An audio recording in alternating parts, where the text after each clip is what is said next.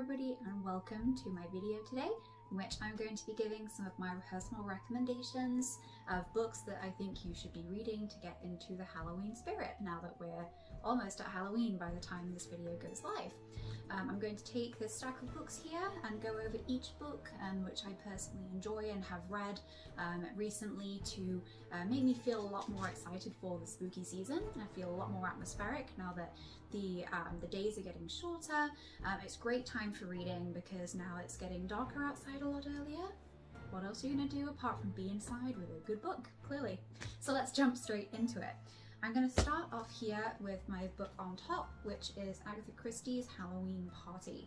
This classic shows off the investigator Poirot in a classic mystery in which he goes through, and as it may sound, there was clearly a murder at a Halloween party. Anything Christie based is an absolute must buy for me. I love collecting her mystery novels, specifically Inspector Poirot. I also like, some of you may have heard of the Miss Marple series, but I'm not as familiar or fond of that series compared to the Poirot variant. I think that the Poirot mysteries have a lot more grit and oftentimes darkness to them that I personally prefer in a crime fiction or a mystery novel. But if you prefer something that is a lot more like a cozy mystery, then definitely try Miss Marple. That is a very good kind of series that Agatha Christie also does. But this one for me was a really good one. I actually read this last Halloween, but immediately the atmosphere is fantastic. There's a great party setting in which there are so many potential suspects, which really helps with the obviously whodunit trope and type. So if you are looking for kind of a thriller mystery, but of an older generation, you would like something a lot more vintage feel, I would definitely recommend this one for you. Now let's move on to a real horror classic, Stephen King's Pet Sematary. I will advise, and you probably might know if you're at least somewhat familiar with Stephen King, but you really shouldn't be reading this if you're going to be reading it before bedtime. And I decided to read this one before bed, as I often do when I sit down to read a book. I don't often read in the middle of the day, or if I do, then there's not a lot else going on, which is perfectly fine. I just personally prefer to wind down with a book. This is not the one. I was awake quite late into the night reading this one, just from the imagery that Stephen King really portrays. And everyone has had a beloved childhood pet that may have tragically died, or you may have lost too early. Whatever it might be, this story and Stephen King in general really excels with choosing various topics or themes that we find personally scary, and not the really out there concepts that a lot of people don't find too scary because you can separate them. Pet Sematary, there isn't really a lot of separation. You've probably always thought of, if a pet has died, thinking how or why, what you could have done better, what you wouldn't give to have the pet back. And that is obviously the premise of Pet Sematary. It really interweaves a really nice connection with something a lot more supernatural, with our more primal fears as human beings and our kind of primal desire to protect and obviously love our pets. So they're basically part of our family. So this one really kept me up late at night when I was reading this last year. I would 100% recommend it. I was wanting to reread it this year but have not yet got around to it.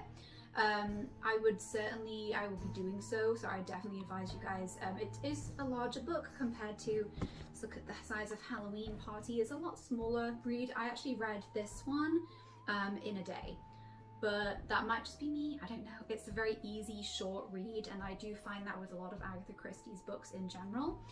Stephen King is generally a lot more of a time commitment. The print in this edition is relatively small. There is obviously a lot of different options out there, and I believe obviously Kindle, e-reader, etc. Just to make things easier and to actually kind of dive into the real horror aspect of this one before we get to Halloween proper. So absolutely recommended this one. Now let's move on to something I read a lot more recently. This is Tana French, In the Woods.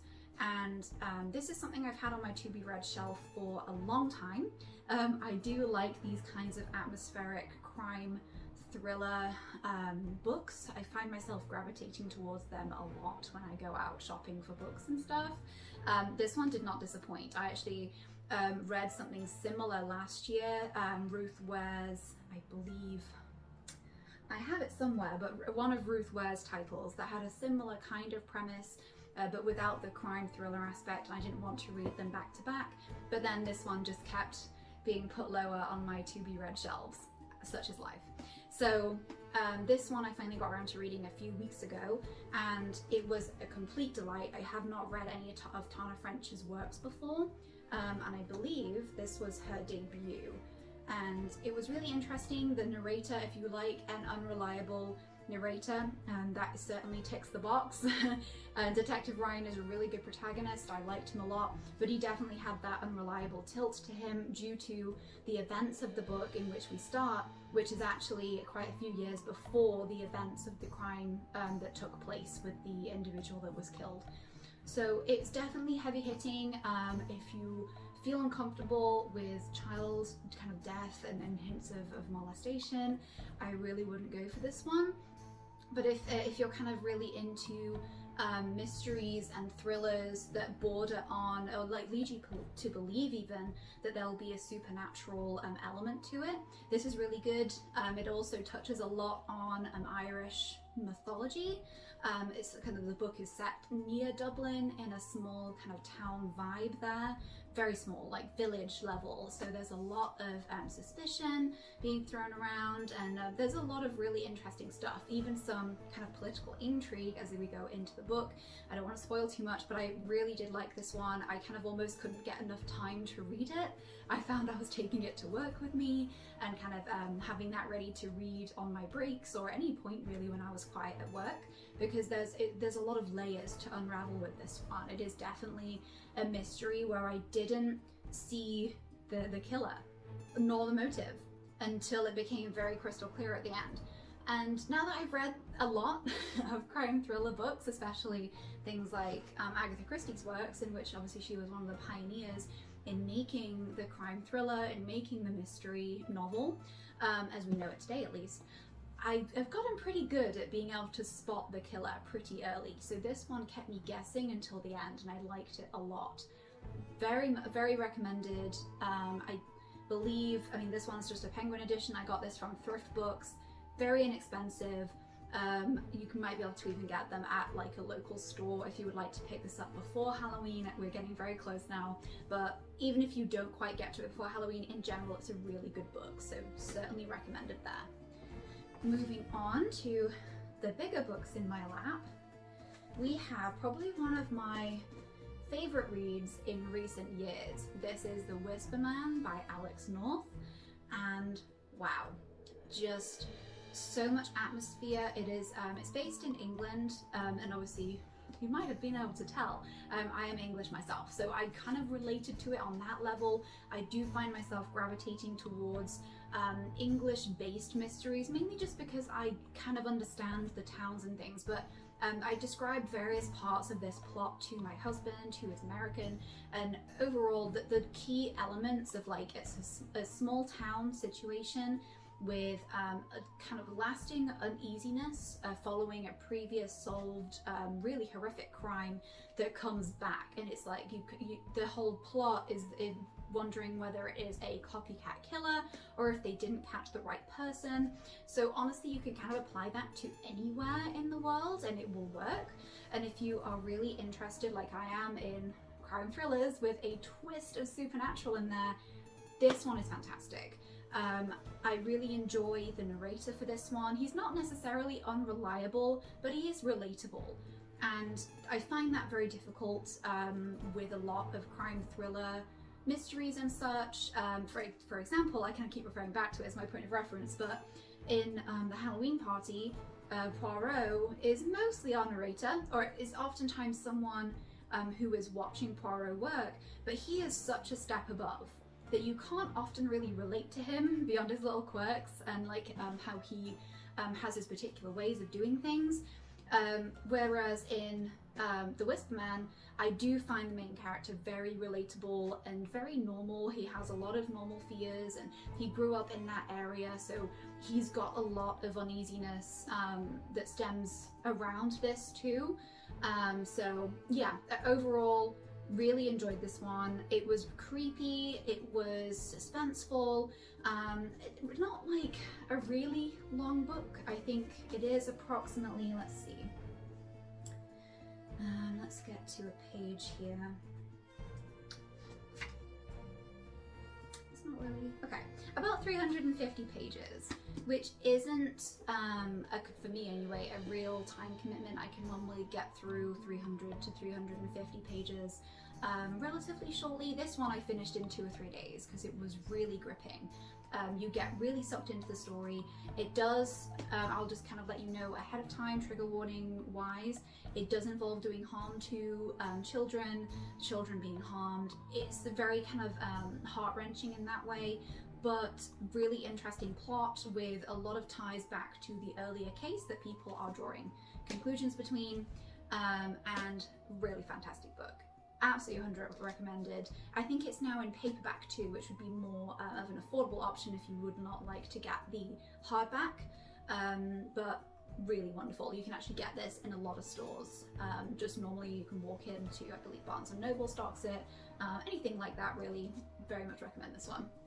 And now for my final Halloween book recommendation, we're going kind of way back, way back. You may not be able to see due to the glare on my screen, but this is a compendium of Edgar Allan Poe's short stories, the literal father of Gothic fiction.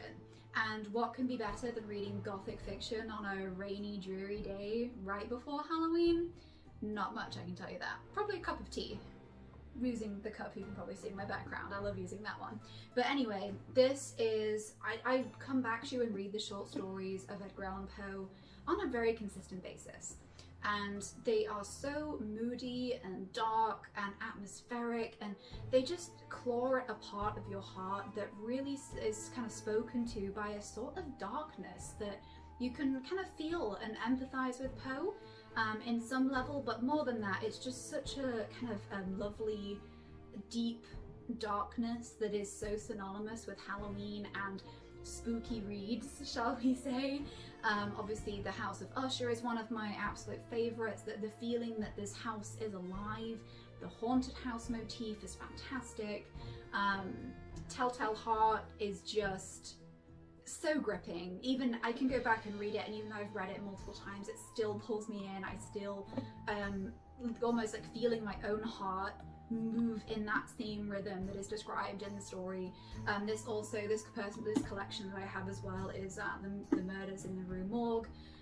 It is kind of like the official collected works that I actually, this was a present from my husband. He is a huge fan of these works. We both love them and discuss them quite heavily on quite a lot of normal basis.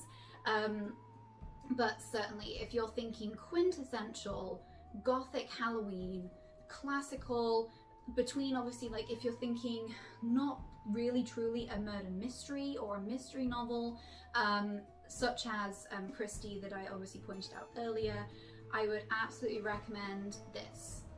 The origins of Gothic horror, of Gothic literature as we know it. And they're relatively short stories. You can actually read these very quickly.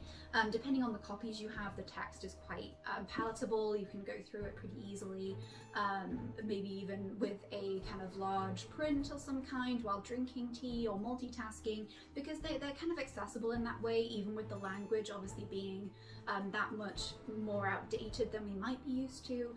But I personally like reading a lot of classics. It kind of keeps my brain tied in to be able to go back and read things like this, you know, just casually on the fly. But I know not everybody does that. If you're used to contemporary and you don't quite fancy this level of somewhat archaic language, that is perfectly acceptable. I feel like I've gone over quite a lot of different options across the spectrum of just genuine horror, of crime thriller, of suspenseful, of supernatural, and I really hope you enjoy that sort of list.